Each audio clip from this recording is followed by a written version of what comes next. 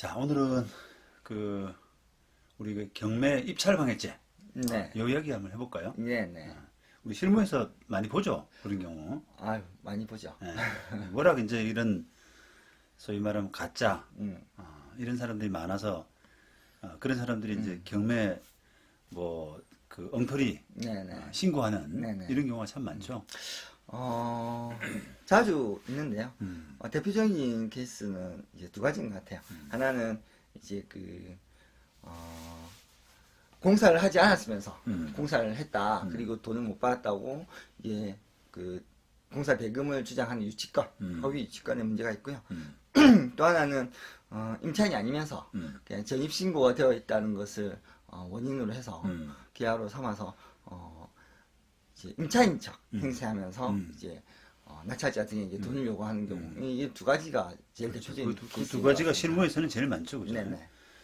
맞아요. 그 부분이 이제 어떻게 보면은 임대차란 형태, 또 공사 대금, 네네. 뭐 그런 부분이 경매에서 가장 많이 얽혀 있는 쟁점 같아요, 보니까. 맞습니다. 예. 아무래도 이제 우리 경매하면 우리는 이제 부동산 경매를 이야기하는데 이 부동산과 관련된 뭐 채권 채무 관계라고 네. 한다 그러면 임대차 보증금 채권, 네. 또 아까 공사대금 채권 네, 이런 네. 부분이 상당히 많이 있기 때문에 예, 예. 그걸 가지고 소위 말하면 장난질 치는 사람 음. 이런 사람들이 많은 것 같습니다. 자, 그 노 대표가 최근에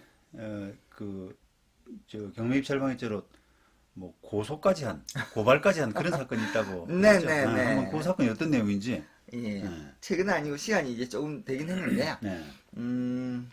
양산에 있는 아파트를 낙찰을 받았었거든요. 그런데 이제 그 아파트에는 이제 세입자가 있었습니다. 그래서 법원에 이제 임차인으로서 권리 신고를 하고요. 배당 요구까지 한 상태였는데 이제 사실관계를 확인을 해보니 그 집에 그 아파트의 소유자가 그 임차인의 시아버지인 거죠. 그리고 임차인의 남편이 은행에 가서 돈을 빌렸는데 돈을 빌리면서 각서를 한 장 작성을 했습니다. 우리가 소위 말하는 무상거주 각서인데요. 나는 임차인이 아니다. 그래서 이게 돈을 주고 살고 있는 것이 아니라 집주인의 아들로서 그냥 공짜로 무상으로 살고 있다 라고 한 각서를 은행에 작성해주고 은행으로부터 대출을 받은 거죠. 그래서 그 경매 사건에서는 이 채권자인 은행이 이 임차인은 이러한 이유들로 인해서 임차인이 아니다. 그러니까 이제 배당해주지 마라 라고 배당 배제 신청을 했었거든요. 그래서 이제 낙찰자 입장에서는 그런 거죠. 이게 만약에 배당 배제 신청이 받아들여지면 법원에서도 이 권리신고한 임차인을 진정한 임차인으로 보지 않은 것이 되니 그럼 그때 부동산 인도명령 신청을 해서 내보내면 되겠다. 이제 이렇게 생각을 하고 낙찰을 받았었는데요. 자, 그럼 그것까지 일단 좀 정리를 해보자. 그러면 그 소유자하고 임차인이라고 하는 사람의 관계는 시아버지와 며느리 관계. 네. 그다음에 돈 빌리는 과정에서 무상거주 뭐 확인서 각서 네. 이런 부분까지 있었던 걸로 봐서는 네. 느낌상 이제 이게 임차인 관계가 아니다라는 부분이 확 이렇게 느낌이 오는데 네. 자, 그럼에도 불구하고 그 네. 며느리라고 하는 네. 임차인이라고 하는 그 사람이 결국은 법원에 임대차 신고를 하고 네네. 권리 배당 신고. 요구까지 네. 해서 네. 배당이 실제로 됐다는 거죠. 실제로 됐습니다. 그래서 배당표에 이제 올라갔다는 거죠. 네네. 야, 대단합니다. 진짜. 예, 아주 어떻게 보면 좀 강심장인데요. 네네. 제 생각에는 그게 그 경매 방해죄 네. 그 부분을 생각을 좀 안 하지 못하지 않았을까 네네. 싶은데. 야, 그래 결과는 어떻게 됐나요? 그러면? 네. 그래서 어쨌든 배당이 되어버렸으니 낙찰자 입장에서는 깝깝한 거죠. 그러면 이제 이 임차인이 법원으로부터 인정을 받은 꼴이 되지 않습니까? 그래서 이때 이제 사실은 그 법원에서 이 임차인을 진정한 임차인이라고 보고 배당을 해준 가장 결정적인 증거가 뭐냐면 이 며느리가 시아버지인 소유자에게 임대차 계약을 하면서 지급했던 수표 사본을 법원에 제출했습니다. 그래서 실제로 돈 준 내역이 있으니 뭐 의심스러운 정황이 있긴 하지만 일단은 임차인으로 우리는 인정을 해줘야 되겠다라고 해서 이게 배당이 됐었던 거죠. 물론 뭐 그 배당 과정에서는 배당 법원이 그 어떤 그런 수표의 진위, 네네. 그 수표가 과연 며느리가 시아버지 되는 사람한테 그 보증금으로 준 돈이냐 네네. 이런 부분을 가리기가 어렵거든요. 네네. 그래서 이제 그 진실 파악에는 한계가 있습니다만 어쨌든 그런 그 자료까지 나왔으니까 네네. 일단은 배당하자. 네네, 맞습니다. 그리고 그걸 이제 배당에 대해서 다투는 뭐 금융회사나 이런 데서 배당이로 하는 것이 맞겠다라고 판단을 한 거군요. 네네네. 그래서 이렇게 배당이 되고 나니까 낙찰자 입장에서 많이 깝깝한 거죠. 이제 임차인으로 인정이 되었으니 이 임차인이 전체 보증금 중에서 법원으로부터 배당받지 못한 나머지 금액은 또 추가로 인수를 해야 되는, 추가로 지급을 해야 되는 이런 상황이 발생을 하게 됐거든요. 그리고 물론 이제 그게 이제 배당 법원의 그런 배당 결정이라는 것이 네. 어찌 보면 실체 판단이라기보다는 일단은 배당 법원 입장에서도 이게 그 허위 임대차를 하게 되면은 형사 처벌을 받지 않습니까? 네네. 마치 이제 우리가 법정에서 위증하게 되면은 위증벌을 받듯이. 네네. 그래서 법정에서 하는 이야기들은 일단은 야, 저 사람이 벌 받는데도 불구하고 거짓말을 할까라고 생각해서 네. 이런 건 조금 솔깃한 믿어주는 네. 그런 경향이 있어요.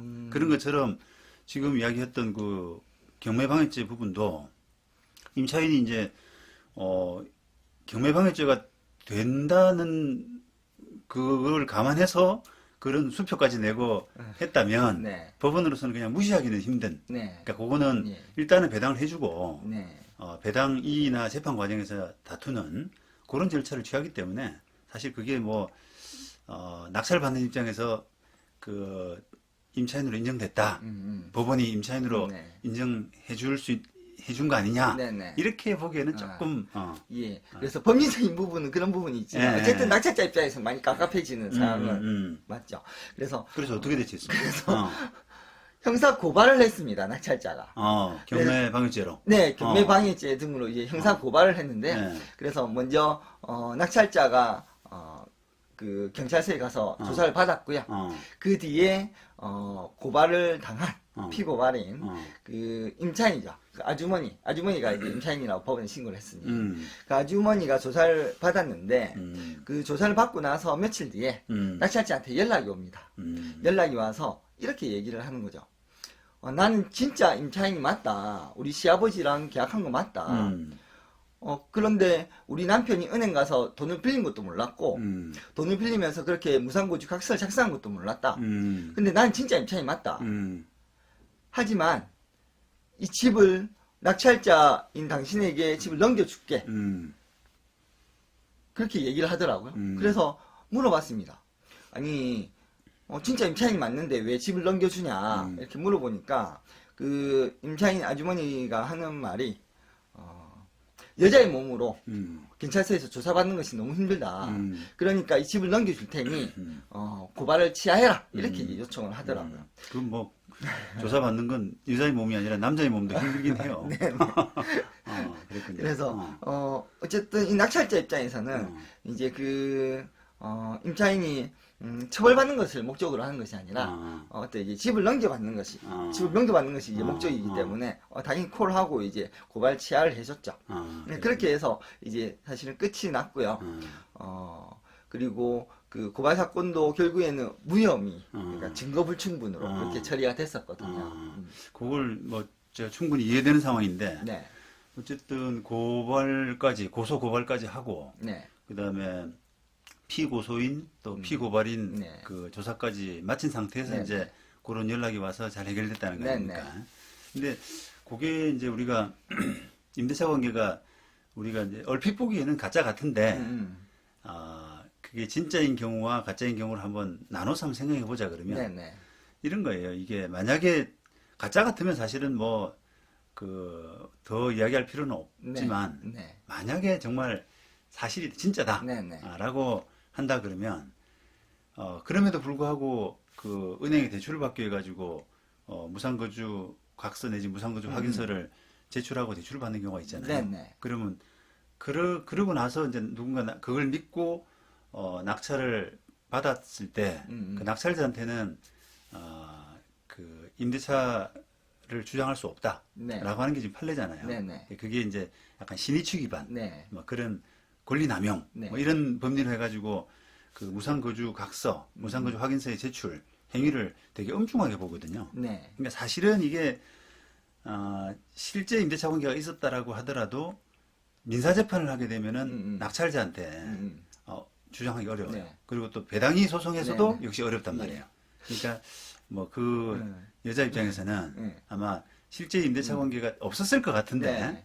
있었다라고 하더라도 그런 뭐 어차피 민사재판에서 안 되는 거 그냥 형사재판이라도 좀 스무드하게 네. 마무리하자. 네. 그런 차원이 아닐까 예, 싶습니다. 그랬을 것 같기도 하고요. 음. 그런데 그 무상거주 각서의 작성에 대해서 방금 이제 변호사님께서 잘 말씀해 주셨는데, 그런데 문제가 하나 있었습니다.